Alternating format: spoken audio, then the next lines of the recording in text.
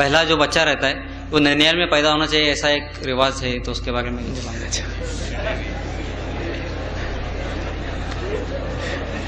بھائی نے ایک اچھا سوال کیا کہ پہلا بچہ لوگ کہتے ہیں ننیال میں پیدا ہونا چاہیے، اس کا کیا معاملہ ہے؟ دیکھیے اس کا کوئی حقیقی معاملہ نہیں ہے، سوائے اس کے کہ ہندوستان میں جس قوم کے ساتھ مسلمان 1000 سال سے رہے یا اس سے زائد سالوں سے رہے، 14 سالوں سے یا 13-14 سالوں سے، اس کا نتیجہ یہ ہوا کہ ان کے پورے طور طریقے لے لیے جن کے اندر یہ ہوتا ہے کہ لڑکی کا ذمہ شادی کے بعد بھی اس کا باپ رہتا ہے، اور شادی کے وقت بھی جہیز لیتا ہے، جوڑا گھوڑا لیتا ہے، اور فلاں رقمیں لیتا ہے، انگوٹھیاں اور کپڑے لیتا ہے، اور شادی کے بعد بھی اولاد پیدا ہو تو جاؤ اپنی ماں کے گھر میں پیدا کرو اور میرے پاس لاؤ۔ کیسی تعجب کی بات ہے، اولاد تیری اور پالے اور پیدا ہو تیرے سسر کے گھر، کیسی عجیب بات ہے۔ تھوڑا سوچئے نا، ایک انسان زندگی بھر اپنے ماں باپ کے بستر پہ سوتا ہے، ماں باپ اس کو کپڑے پہناتے ہیں، اور شادی کا بستر اس کے سسر کا ہوتا ہے، اور شادی کپڑے اس کا سسر دیتا ہے۔ کیسی عجیب، جس کو کہیں گے اس امت پر بھکاری پن طاری ہوا ہے، جس کو آپ کہتے ہیں جہیز، جو لعنت ہے یہ۔ اور جہیز لینے والا چاہے جس شکل میں لے، میں بھکاری بولتا ہوں اس کو اپنی زبان میں، اس کو کہیں گے ہم ماڈرن بیگرز، یہ جدید دور کے بھکاری ہے سب۔ اور بھیک مانگنے کے 2 طریقے ہوتے ہیں، ایک فقیر آ کر بولتا ہے پیسے دو، بھیک دو، آپ بولیں گے یار جانا کیسا ہٹا کٹا ہے، بولیں گے دینا ہے تو دو یا تو خاموش رہو، اتنا میرا ہے۔ ایک فقیر رہتا ہے وہ بولتا نہیں آپ کو بھیک چاہیے، وہ آگے بولیں گے بہت پریشان ہیں، ویسا بس باتیں بنائیں گا۔ تو جہیز بھی لوگ 2 قسم سے دیتے ہیں، ایک تو ہوتا ہے فہرست دے دی آپ نے، آپ کہیں گے یہ کیا ہے تو بولیں گے دینا ہے دو، نہیں دینا مت دو، ہم لڑکا نہیں شادی نہیں کریں گے، ٹھیک۔ دوسرے ہوتے ہیں نہیں دیکھیے اب جہیز وہیز کیا، یہ سب چیزیں درست نہیں، اللہ نے ہم کو بہت دے رکھا ہے، آپ کی بیٹی کو جو سہولت ہے وہ آپ دینا ہے تو دے دیجیے، یہ ایسا نہیں کھا کے ایسا کھانا ہے، سمجھے؟ بولتے ہیں نا الگ الگ کھانے کی قسمت ہے نوالا، تو ایسا نہیں بولوں گا میں، اس کو پیر کے نیچے سے آ رہا ہے یہ معاملہ، تو یہ ایسا کھانا ہے کہ آپ کی بیٹی کے لیے جو ہے۔ اور پھر آپ کی بچیاں تو آپ کے گھر پہ ہی آتی ہوں گی، پہلی بار جب اولاد ہوتی تو ہمارے پاس 3 بار بھیجتے ہیں ہم، 3 بچوں تک، تو مطلب پورا فائنلی کر لیتے ہو خرچہ ورچہ پورا ادھر، 3 بچوں تک آتی رہیں گی، مطلب ہماری بہو آپ کے بچوں کی، ماں کا پیار بھی ضروری ہے نا، بہو بچی کو ساس تھوڑی پیار دے سکتی ویسا، تو ماں کے گھر دیکھیے یہ تمام چیزیں دور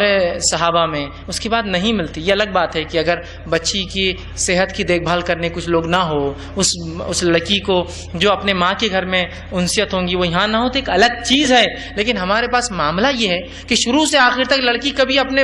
شوہر کے گھر کو اپنا گھر نہیں سمجھتی، اور شروع سے آخر تک وہ ایک تناؤ والا معاملہ ہے، کچھ ہوا کہ اپنے گھر جانا ہے۔ جب ایک بار لڑکی کا نکاح کر دیا آپ نے آپ کی، تو آپ کے پاس سے وہ ختم ہو گئی، اس کا گھر اس کے شوہر کا گھر ہے۔ اب معاملہ یہاں ہوتا ہے نہیں بیٹے کبھی کچھ ہوا نا میں آدھی رات کو میں تم کو لے لوں گا،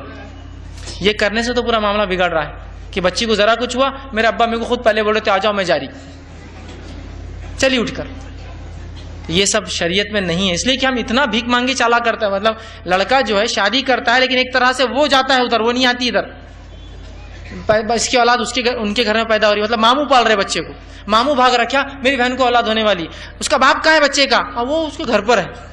اس کو فون میں بول رہے بچہ پیدا ہونے والا ہے، آ جاؤ آج فلاں ہے، ہاں میں آتا ہوں فلاں ہے۔ کیسی عجیب بات ہے۔ اب یہ اولاد جس کو یہ پتا چلے گا میں اپنے گھر پہ پیدا نہیں ہوا، میرا باپ آیا بھی نہیں تھا، پیدائش کے دواخانے میں نہیں تھا، میرے ماموں تھے، تو کس سے محبت زیادہ کریں گا؟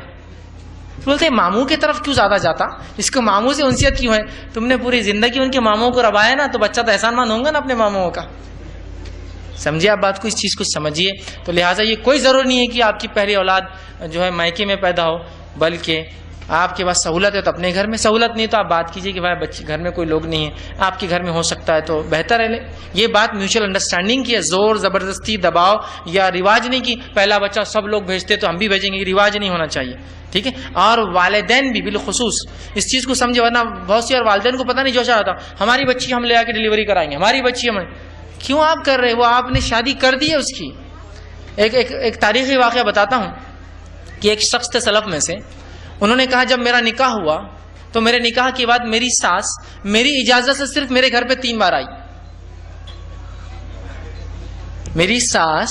میری اجازت سے، مطلب اگر میکے والے آ بھی رہے تو اجازت لے رہے اپنے داماد کی، صرف 3 بار آئی، اور اس کے بعد اس عورت کا انتقال اولاد کی پیدائش میں ہو گیا، وہ لڑکی کبھی اس کے گھر نہیں گئی میکے، چونکہ اب شادی ہو گئی تو یہی اس کا گھر ہے، اب نہیں اس کو میکا، یہی اس کا گھر ہے۔ اب یاد رکھیے شریعت میں یہ اس کا گھر ہے۔ ہمارے پاس وہ معاملہ چونکہ ہندوؤں میں ہم رہتے ہیں، ہاں معاملہ ہمیشہ کا ربا کے لینے والا ہے کہ ان سے جہیز لو، ان کے پاس بھیجو، ان سے خرچہ کرواؤ، بچی کو نوکری تم لگا کے دو، ہر چیز کراتے۔ کیسا ظلم ہے عجیب کہ بچے وہ آپ کے پیدا کرے اور جو تکلیف جھیلے وہ اس کا باپ اور اس کے بھائی ہو، یہ کون سی عجیب بات؟ تو بہرحال شریعتاً یہ نہیں ہے، لوگوں نے رواجاً بہرحال ایسی چیزیں بنا دی.